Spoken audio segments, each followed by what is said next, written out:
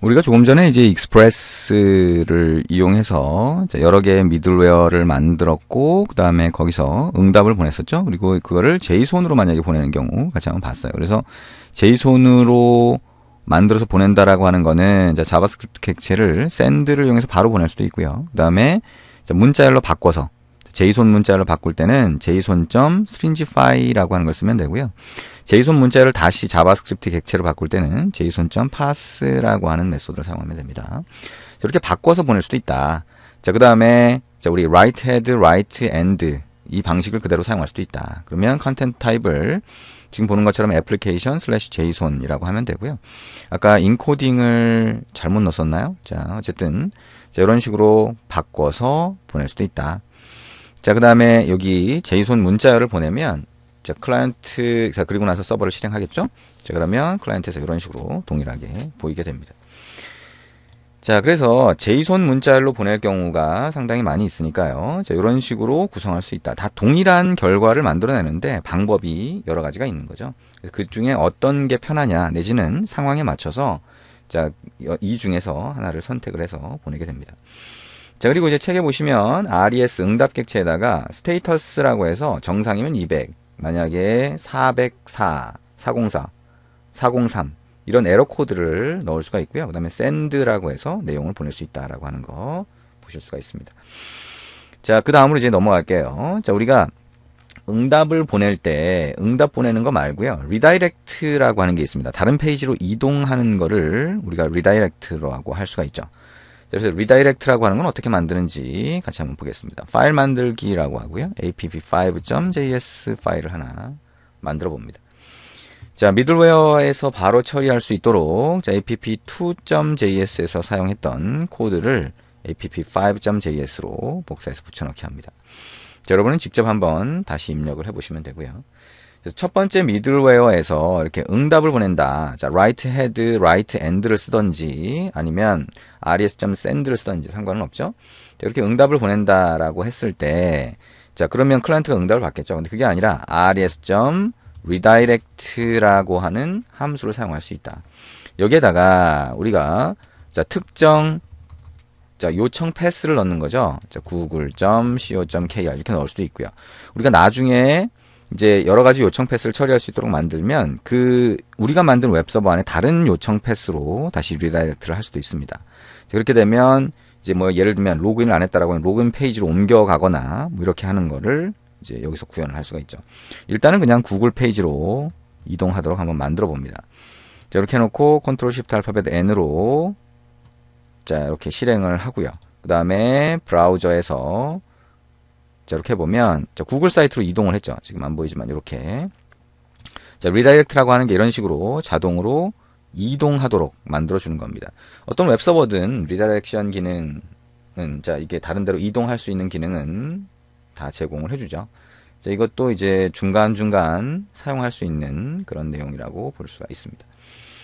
자, 그 다음에 이제 우리가 설명하는 내용이 자, 헤더 정보와 그 다음에 바디 정보와 그 다음에 요청 파라미터 정보를 어떻게 확인할 수 있는지 자, 요거를 얘기하고 있어요. 자, 요청 파라미터라고 하는 거는 우리가 저기 주소를 쓸 때요. 주소를 쓸 때 자, http localhost 3000 이렇게 하면 자, 요게 IP와 포트 정보가 되죠. 웹 서버를 지정하는 겁니다. 그 다음에 이 뒤에다가 자, 여기다가 users라고 하면 /users 요 부분이 요청 패스가 되는 거죠. 자, 똑같은 웹 서버에서 응답을 받지만 그 안에 특정한 경로를 지정을 하는 겁니다. 그래서 그 경로에 해당하는 기능을 실행해 주세요라고 하는 의미가 되는 거고요. 여기에 우리가 물음표를 붙이고 자, name은 mike처럼 키 밸류 값으로 구성을 하게 되면 그러면 이게 요청 파라미터가 됩니다. 요청 파라미터는 %, 자, 요 표시를 해서 여러 개를 계속 연속으로 붙일 수가 있죠. 자, 그래서 이렇게 주소 표시줄에다가 바로 요청을 하는 방식을 이제 get 방식이라고 할 수가 있는데요. 자, 이 get 방식을 이용해서 웹 서버에 요청을 하게 됩니다. 자, 엔터를 한번 쳐볼까요? 자, 이거는 우리가 원래 하던 기능들 그대로 그냥 실행이 되니까, 그리고 요청 패스에 따라서 뭔가 구분되는 게 없으니까, 자, 똑같은 기능이 이렇게 실행이 되겠죠.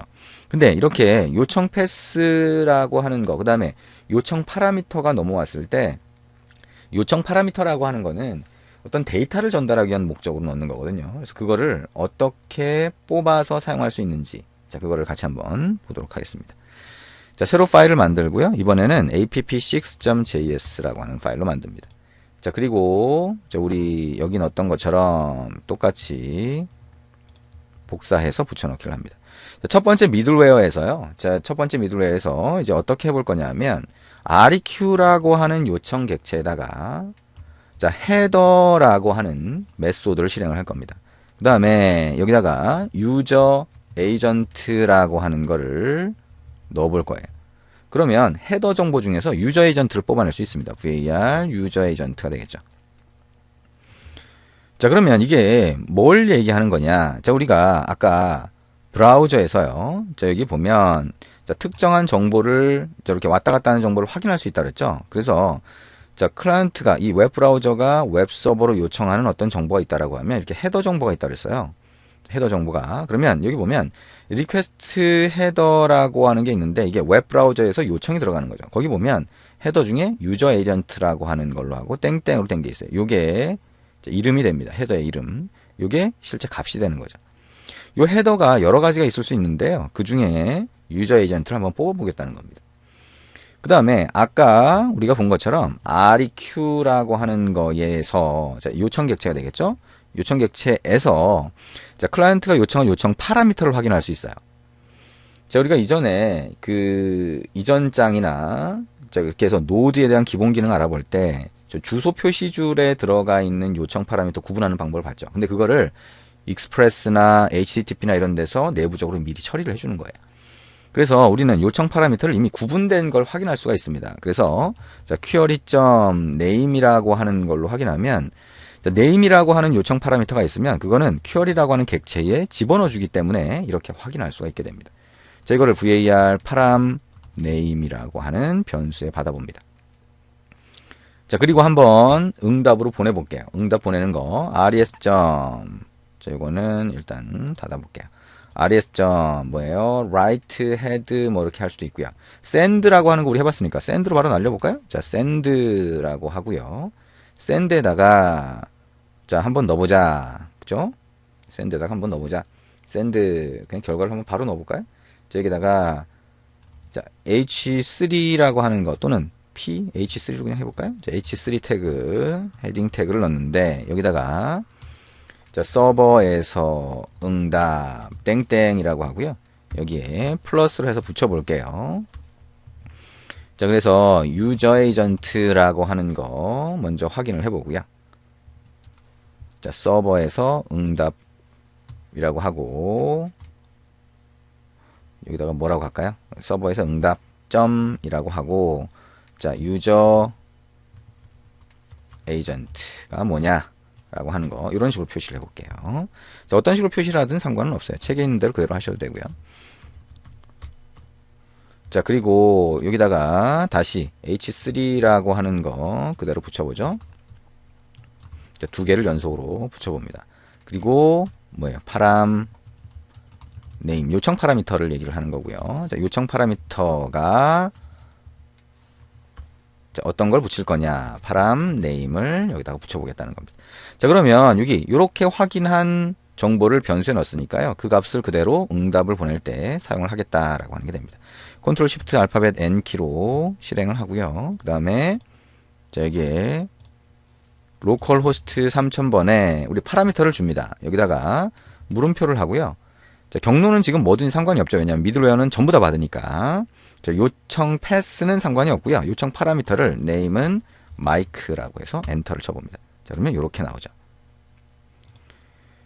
자, 유저 에이전트라고 하는 거 아까 우리가 자, 개발자 도구라고 하는 데서 확인을 해봤죠. 그 정보 빼냈고요. 파람 네임이라고 하는 거 요 정보 그대로 다시 받은 겁니다. 결국에는 이 서버 쪽에서 자, 클라이언트가 보내온 데이터를 확인할 수도 있고 헤더를 확인할 수도 있다는 겁니다. 그 헤더에서 유저 에이전트는 굉장히 중요한 역할을 하죠. 그러니까 요즘에는 이제 모바일 단말에서 보낼 때도 많으니까 모바일 단말에서 보낸 거냐 PC의 브라우저에서 요청을 보낸 거냐에 따라서 우리가 다른 처리를 해주게 되는 경우가 있습니다.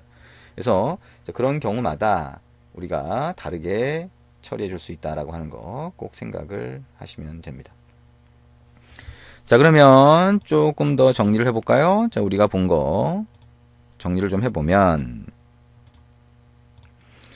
자, 일단 여기 본 것처럼요. 자, 헤더라고 하는 정보를 확인할 때는 헤더라는 함수를 사용한다. 그 다음에 파라미터, 요청 파라미터를 확인할 때는 퀘어리라고 하는 객체 안에 들어가 있다. 근데 이거는 조심하셔야 될 거는요. 우리가 지금 보고 있는 거는 주소 표시줄에다가 요청 파라미터를 넣은 거죠. 그거는 이제 get 방식으로 요청을 한 겁니다. 그러니까 우리가 브라우저에서 요청을 할 때는 방식이 get 방식도 있고 포스트 방식도 있고 뭐 방식 여러 가지가 있는데 그중에 get 방식만 해당이 된다는 거예요. 그래서 만약에 포스트 방식으로 바꾸는 경우에는 body라고 하는 객체 안에 넣어줍니다. 이건 나중에 우리가 추가로 더 볼 겁니다. 그래서 구분을 해야 된다라고 하는 거예요. 그래서 실제로 우리가 이제 웹 서비스를 하게 되면 get 방식으로 요청할 때도 있고 포스트 방식으로 요청할 수도 있는데 그때마다 파라미터가 달라진다라고 하는 거 생각을 하시면 됩니다. 자, 그리고 우리가 이 파라미터를 응답으로 받는 그 과정을 한번 보면 주소 문자열에 get 방식으로 해서 보내게 되면 요청 객체로 해서 웹서버에서 확인할 수 있다 그랬죠. 그죠? 그래서 요청 객체 안에 request. req죠. query.name으로 그 값을 확인하면 된다. 자, 여기까지 해서 우리가 요청 파라미터 확인하는 것까지 같이 한번 봤습니다. 이해가 되시나요? 이 요청 파라미터 확인하는 거는 굉장히 중요합니다. 헤더와 요청 파라미터 확인하는 거. 그 중에서도 요청 파라미터가 더 중요하죠. 왜냐? 요청 패스와 요청 파라미터는 클라이언트와 서버가 어떤 걸 주고받을 거냐를 구분하기 위한 가장 기본적인 정보가 돼요. 그래서 이거를 어떻게 확인하고 어떻게 빼느냐라고 하는 거를 잘 이해하시는 게 굉장히 중요합니다. 그리고 익숙하게 만들어 주셔야 되겠죠. 자, 그러면 조금 이따가 우리가 이제 미들웨어를 본격적으로 한번 사용을 해볼 텐데요. 지금까지 우리가 use라고 하는 함수를 이용해서 직접 함수를 만들어 봤는데 그게 아니라 미들웨어라고 하는 게 기능으로 해서 다른 사람이 미리 만들어 놓은 것들이 많아요. 왜냐하면 요청이 들어올 때마다 처리해야 되는 일들이 공통으로 처리해야 되는 일들이 많이 있겠죠. 그거를 미리 만들어 놓은 게 있으니까요. 그게 어떤 것들이 있고 어떻게 쓸 수 있는지 같이 한번 볼 겁니다.